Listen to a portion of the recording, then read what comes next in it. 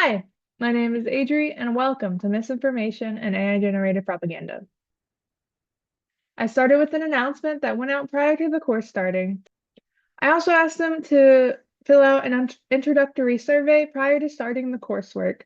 This is to establish a learner inventory and allow me to get to know my learners better. After they're done with that, they can head to the content tab of their navigation bar in D2L to begin the course.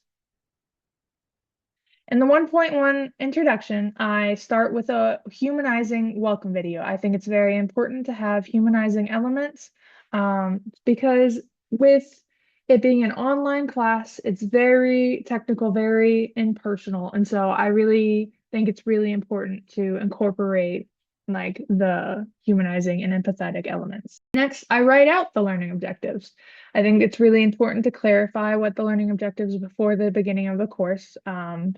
And to really have activities that align with those objectives.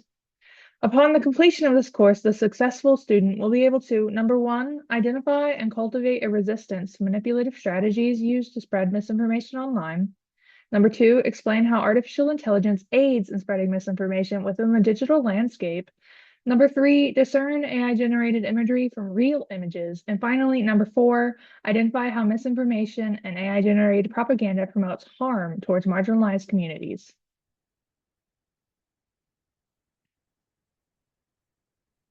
Then I asked my learners to connect around learning. I asked them to fill out this icebreaker Google slide presentation.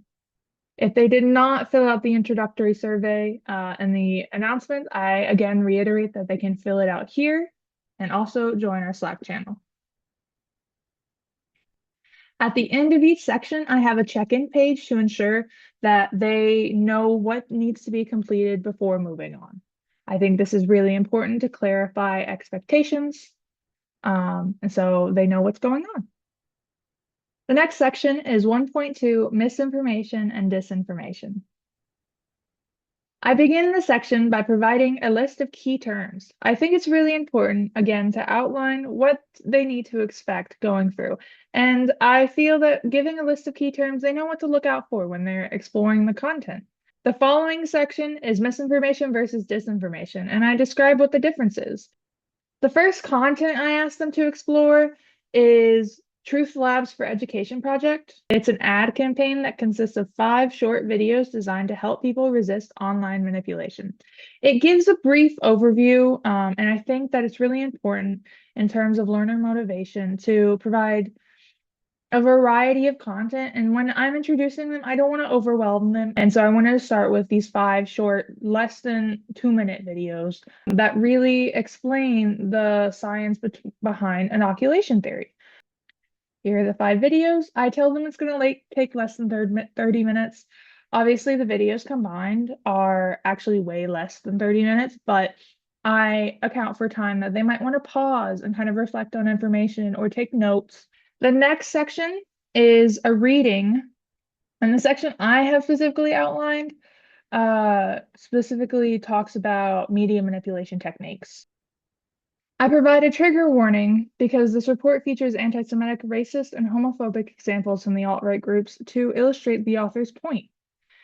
I let my learners know that if they feel overwhelmed at any point by the nature of this content, that they can take a break and return to it at a later time. And if they were having a mental health or trauma response, I provide MSU resources for mental health and trauma support in the Civil Rights and Title IX office.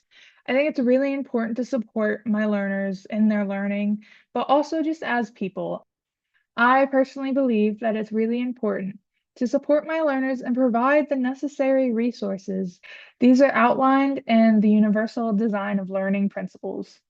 Something else that I believe is really important when it comes to not just online learning, but learning in general, is providing autonomy to the students and giving them choices. I think this is especially useful when you're designing for an online modality because you can provide multiple ways to interact with content. So I give them the option to either read the report or to watch a video lecture. The first activity I asked them to do is the reflection journal. I asked them to make a copy of the template and fill it out as they go through the content. It's mainly for them to consider and reflect on what they're reading and engaging with and watching while they explore it. The next section is 1.3 Generative AI and Propaganda. Once again, I begin the section by providing them with their key terms. Then I define artificial intelligence within the context of this course. I ask them to choose the format in which they would like to engage with the material. Chapter 4 is especially long compared to the other readings I've provided, so it was really important that I provided an alternative to encourage learner interest and keep their interest and allow autonomy. The next section is computational propaganda and misinformation. Then I provide them with a guide to distinguish between AI generated and real images, going back to learning objective 3. The next activity is real or AI generated. I ask them to test their knowledge with these flashcards and determine whether the presented images are real or AI. The next activity is the reflection journal. I tell them to navigate to 1.3 section of their reflection journal and to choose from the following questions as prompts.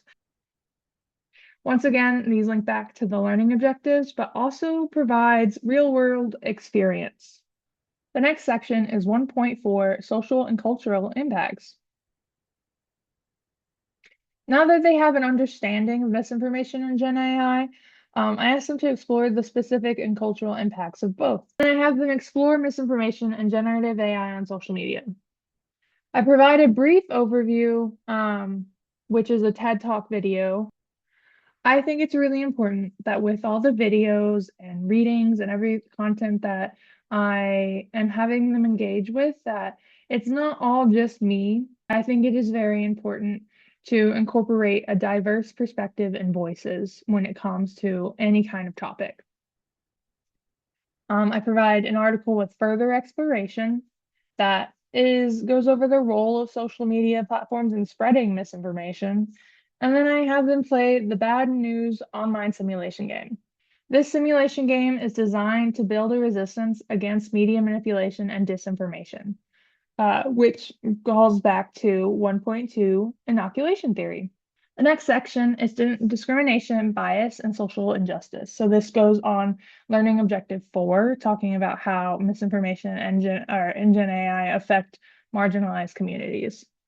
So I have more on racial and ethnic misinformation. I asked them to watch this short video about how misinformation surrounding COVID-19 led to the harassment and harm toward Asian Americans. His video is like less than 3 minutes long, once again. And then I asked them to engage in an academic article about how history, power, and politics play a role in spreading myth/disinformation. And finally, I asked them to watch a very quick video about representational harms in generative AI. Final activity, I asked them to navigate to the 1.4 discussion channel in Slack and share their response to 2 of the more following questions. This is really to encourage them to engage with their peers, share their thoughts, their feelings about what they've explored so far. And then I asked them to offer meaningful responses to at least 2 of your peers to really try to encourage conversation. Section 1.5 is the final assessment. It takes all of the content that they've learned so far and puts it into a short quiz. The final assessment tests them on their learning objectives 1 through 3. And they have unlimited time to do it, and they have unlimited chances after grading, because there are short answer questions, to retake the test. After the final assessment, I asked them to take the end of course survey. It's really important to me that learners get a choice and a voice in their learning, and I think it's really important that they can help shape the future of this course. And finally, in 1.6, I end with the exit ramp. I remind them of their learning objectives, and hopefully upon completing this course, they're now able to confidently fulfill the learning objectives. And then I provide one final check-in to make sure that anything that is like that I'm looking at or grading very loosely has been finished before they are done with the course.